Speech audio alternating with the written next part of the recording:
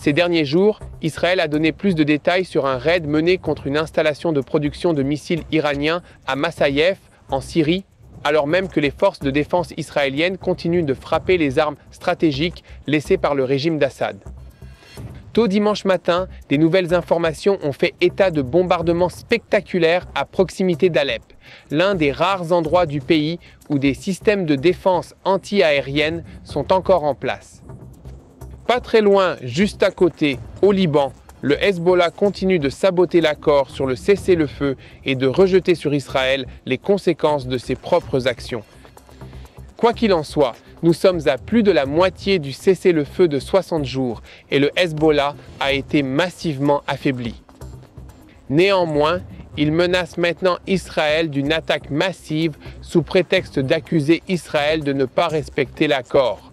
Nous examinerons également l'ultimatum lancé par Israël à l'armée libanaise et le message correspondant adressé aux États-Unis.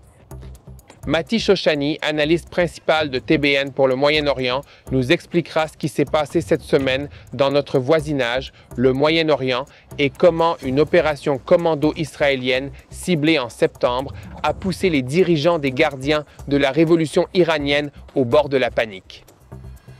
Les menaces enflammées qu'ils ne cessent de proférer nous permettent de constater à quel point ils sont ébranlés à Téhéran. Le ministre iranien des Affaires étrangères en a d'ailleurs proféré une nouvelle cette semaine, déclarant qu'une nouvelle frappe mettrait le feu à la région. Mati passera également en revue la nouvelle émission de télé-réalité de la région que nous pourrions appeler « Qui veut se marier ?». Al-Joulani, le chef du nouveau régime syrien, ne manque pas de prétendantes dans le monde entier et tout le monde s'intéresse à lui. Pendant ce temps, dans la bande de Gaza, Tsahal continue d'éliminer les terroristes et de détruire les infrastructures qui rendent possible leurs attaques contre Israël.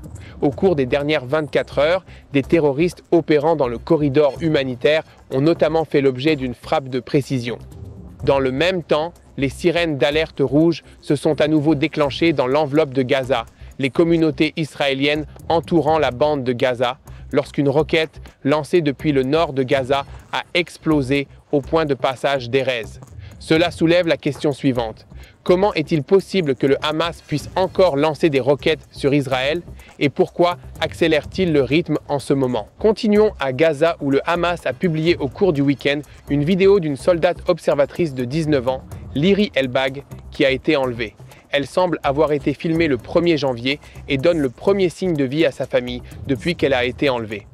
Nous avons beaucoup de choses à discuter aujourd'hui, alors plongeons dans les détails.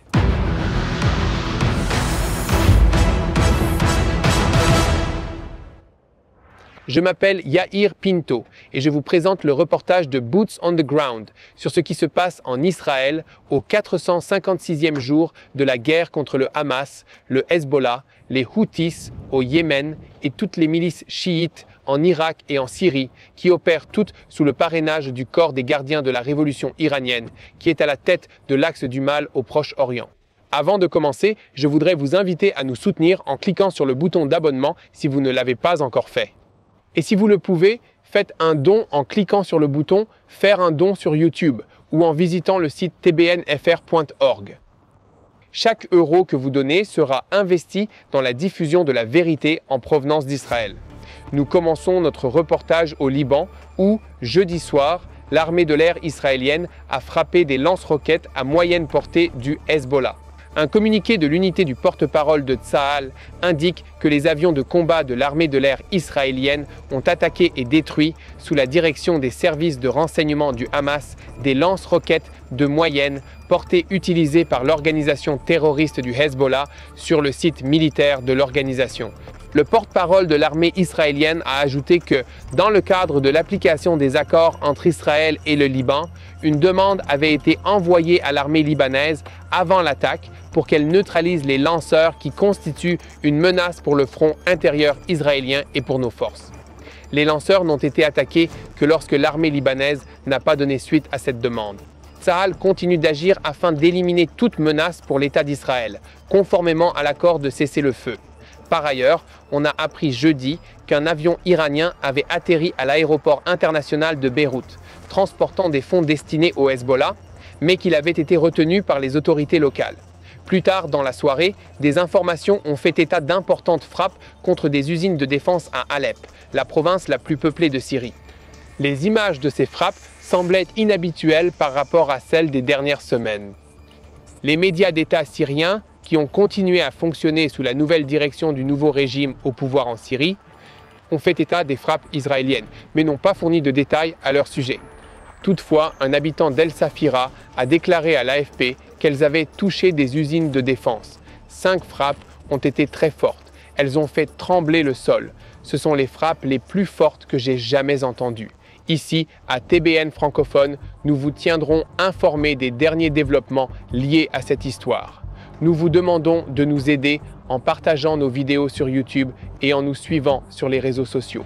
Une fois de plus, aidez-nous en cliquant sur le bouton d'abonnement si vous ne l'avez pas encore fait. Cela permet de dynamiser la chaîne à bien des égards et de s'assurer que vous ne manquerez jamais un autre épisode de Boots on the Ground. Revenons aux nouvelles concernant les événements au Liban. Les frappes de l'armée de l'air israélienne sur les sites de lancement du Hezbollah samedi dernier sont une nouvelle preuve de la fragilité de l'accord de cessez-le-feu signé entre Israël et le gouvernement internationalement reconnu du Liban sous la médiation des États-Unis. Il est important de rappeler que l'accord de cessez-le-feu est accompagné d'une lettre distincte des États-Unis accordant à Israël le droit de répondre à des menaces immédiates si l'armée nationale libanaise et la force de maintien de la paix des Nations Unies au sud Liban ne le font pas. Cette lettre ne fait toutefois pas partie du cadre formel de l'accord. Israël a prévenu que si l'armée nationale libanaise ne respecte pas pleinement les engagements pris dans le cadre de l'accord, elle continuera à occuper le territoire du sud Liban et ne se retirera pas. Au-delà des simples avertissements, Israël prend également des mesures sur le terrain, notamment des frappes aériennes sur des installations militaires du Hezbollah établies en violation de cet accord. De son côté, le Hezbollah a également repris la construction de positions militaires dans les zones qui lui sont interdites par l'accord. Il est donc peu probable que le cessez-le-feu tienne au-delà de la période de 60 jours initialement prévue et il pourrait même ne pas durer aussi longtemps. Tsahal estime que leurs forces devront rester au sud Liban au-delà des 60 jours prévus par l'accord de cessez-le-feu et ce, en tout état de cause, parce que l'armée nationale libanaise n'a pas commencé à se déployer dans la zone où elle est censée opérer. Par conséquent, en raison de l'approche de la fin du cessez-le-feu, Tsahal est engagé dans une course contre la montre au sud Liban pour dégager la végétation près de la frontière qui servirait de couverture aux efforts du Hezbollah pour se redéployer dans la région.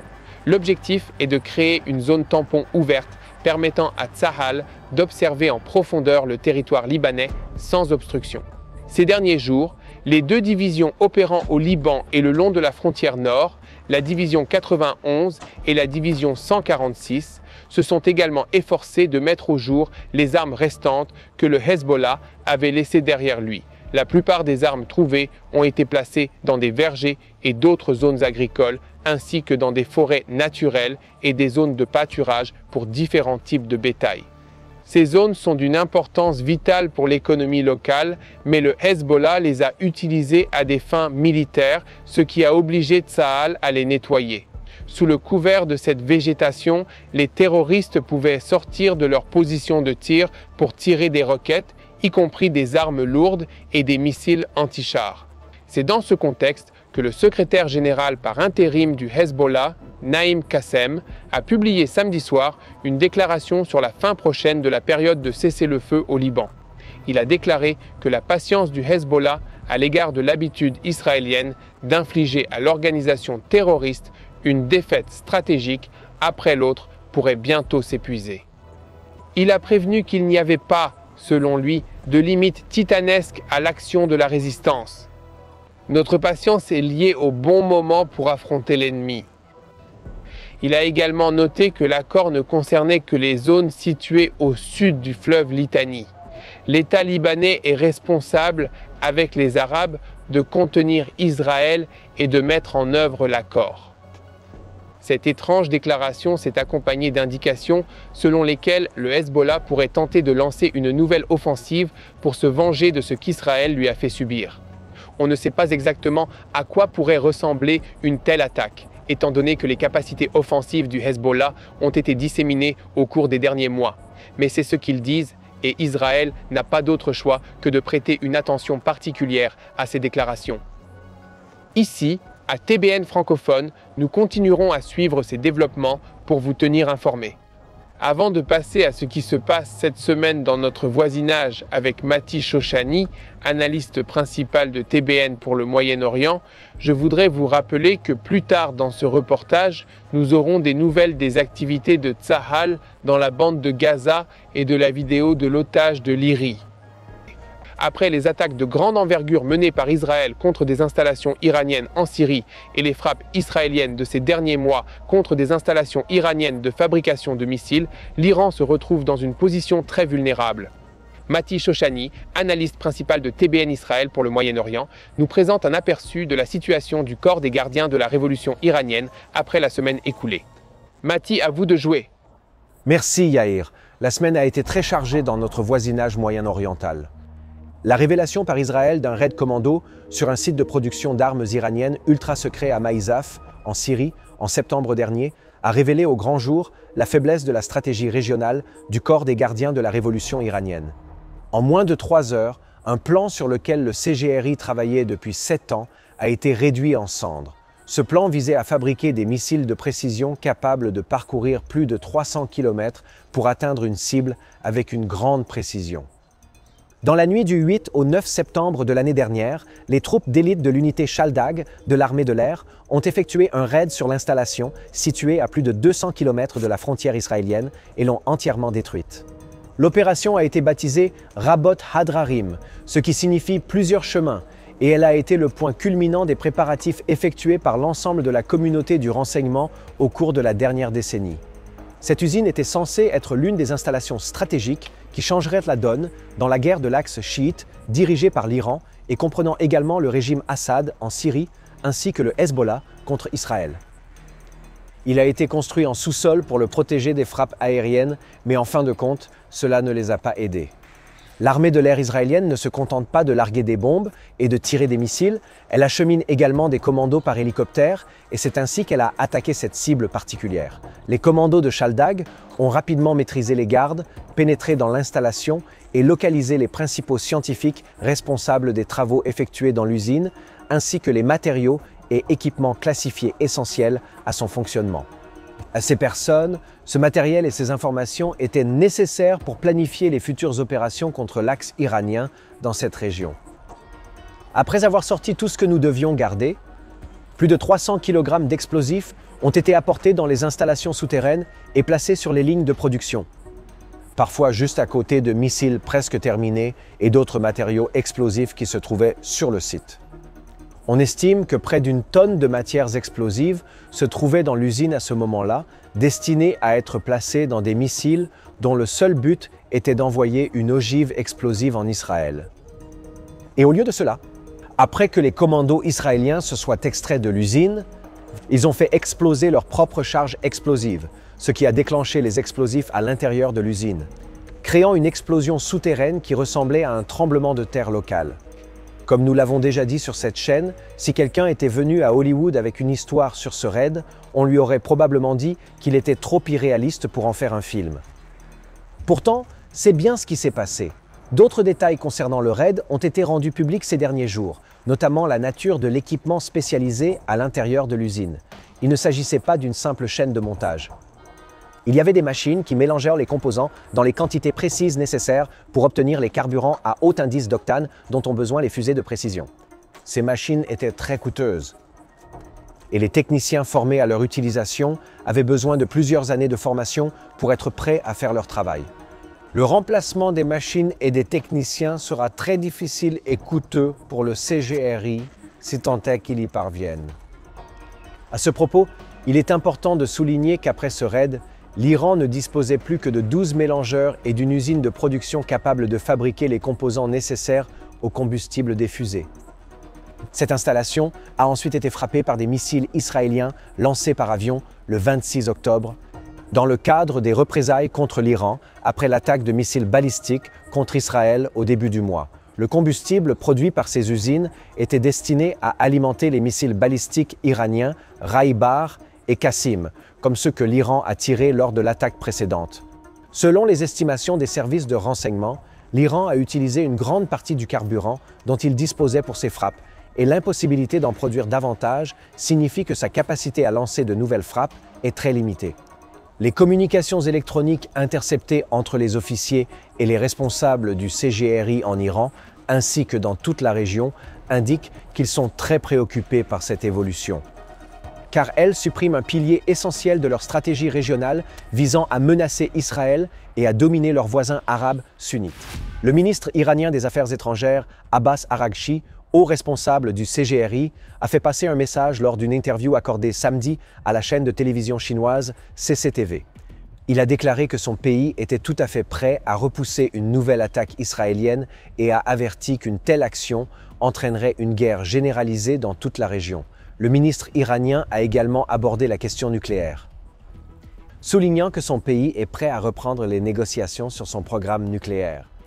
Nous restons prêts à entamer sans délai des négociations constructives sur notre programme nucléaire en vue de parvenir à un accord. Araghchi a ajouté une plainte dans l'interview concernant l'implication profonde des puissances étrangères dans les affaires du Moyen-Orient et de l'escalade dans la région depuis 1 an et demi. Je ne peux pas laisser passer cela sans souligner que le régime des ayatollahs est lui-même responsable de l'escalade dont Araghchi se plaint.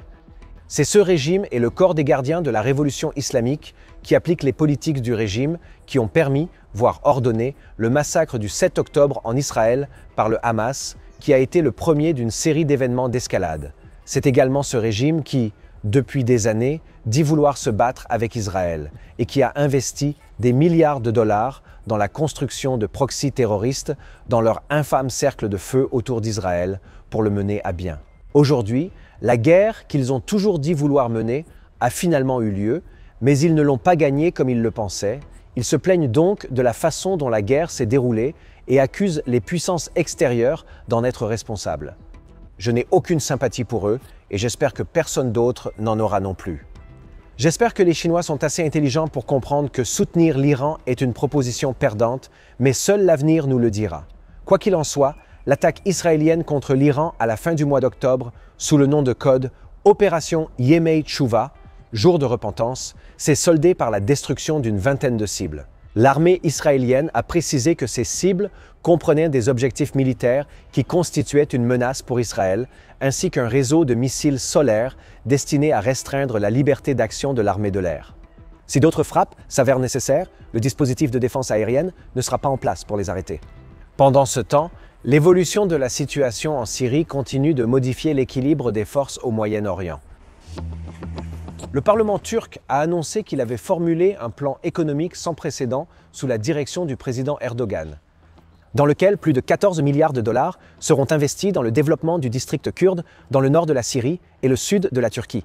Des sources occidentales affirment qu'il s'agit d'une tentative de la Turquie d'annexer de facto le nord de la Syrie kurde à l'État turc au moyen d'un investissement massif dans les infrastructures, les centrales électriques et les installations d'approvisionnement en eau qui seront construites de manière à réunir les régions kurdes en une seule unité sous l'égide de la Turquie.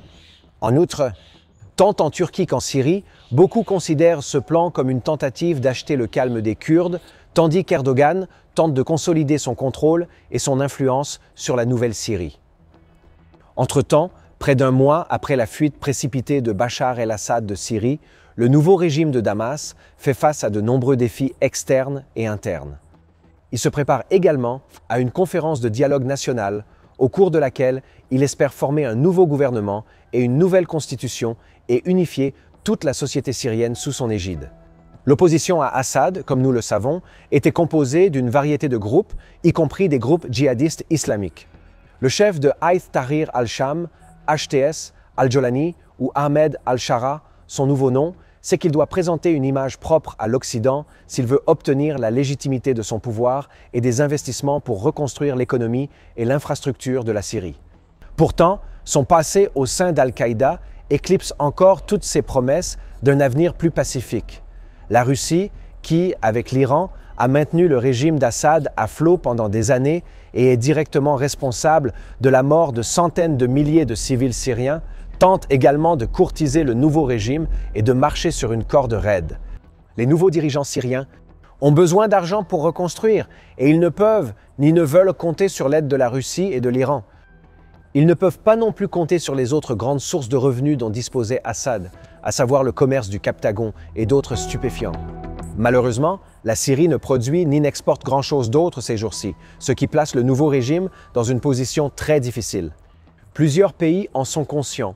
Le Qatar le sait certainement et a agi immédiatement après la chute d'Assad pour établir son statut en Syrie par divers moyens, y compris en fournissant une assistance à l'État et en s'assurant qu'il sera nécessaire dans tout processus futur. Le changement d'image d'Al-Shara lui convient bien, car l'État fait prévaloir l'idée que l'islam n'est pas nécessairement le terrorisme. Nous connaissons le modèle d'activité du Qatar dans la bande de Gaza. Un État qui se présente comme un fournisseur d'aide et de médiation, mais qui a en même temps des intérêts cachés. La Turquie a ses propres problèmes économiques et a elle aussi besoin d'argent. Cela ne signifie pas qu'elle ne peut pas fournir une aide financière à la Syrie. Elle ne peut pas non plus utiliser ses liens avec le Qatar pour acheminer de l'argent vers des projets utiles à la consolidation de l'influence turque dans les régions dont elle prend le contrôle, soit directement, soit par l'intermédiaire de ses forces supplétives parmi les groupes armés qui faisaient partie de la rébellion contre Assad. En gardant tout cela à l'esprit, Israël a bien sûr pris des mesures pour consolider sa propre ligne de défense à l'intérieur de la Syrie, afin de protéger la frontière de toute approche par des forces hostiles et d'assurer la sécurité des citoyens israéliens. Ici, à TBN francophone, nous tiendrons nos téléspectateurs au courant de tous les développements de ce qui se passe dans notre voisinage, ici au Moyen-Orient. Et maintenant, à vous, Yair. Merci pour cette analyse, Mati. Avant de poursuivre, il est important que je vous rappelle que nous travaillons dur pour vous apporter la vérité. Récemment, nous avons lancé une campagne de dons sur notre site web tbnfr.org. N'hésitez pas à rejoindre notre mission. Nous vous invitons donc à visiter notre site web pour devenir un partenaire privilégié de TBN francophone. En ce qui concerne la bande de Gaza, les forces du Kafir, avec les ingénieurs de combat de l'unité Ya'alam et sous le commandement de la 162e division, ont achevé cette semaine une opération dans le quartier utilisé par les commandants du Hamas comme cachette et centre terroriste dans le nord de la bande de Gaza, le quartier dit des officiers. Ce quartier est composé de structures qui dominent la zone surplombant le territoire israélien et sert de centre terroriste central contenant des positions de tir antitechniques, des pièges, de nombreux engins explosifs et des sites de lancement visant le territoire israélien. Au cours de la semaine dernière, l'ensemble de ce réseau de bunkers, de positions de tir et de dépôts d'armes a été cartographié, nettoyé et démoli par les ingénieurs de combat.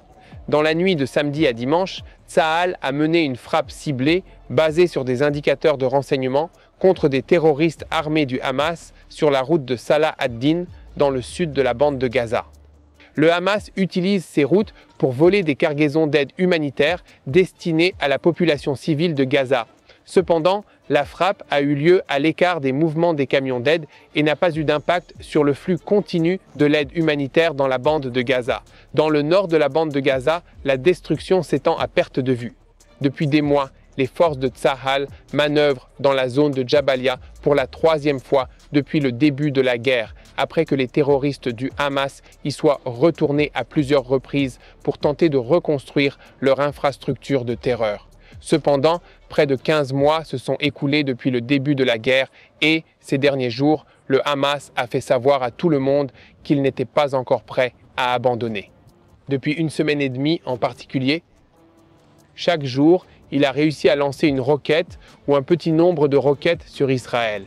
Tout cela soulève la question de savoir comment le Hamas est encore en mesure de lancer des roquettes sur Israël et pourquoi il augmente la cadence de tir en ce moment même.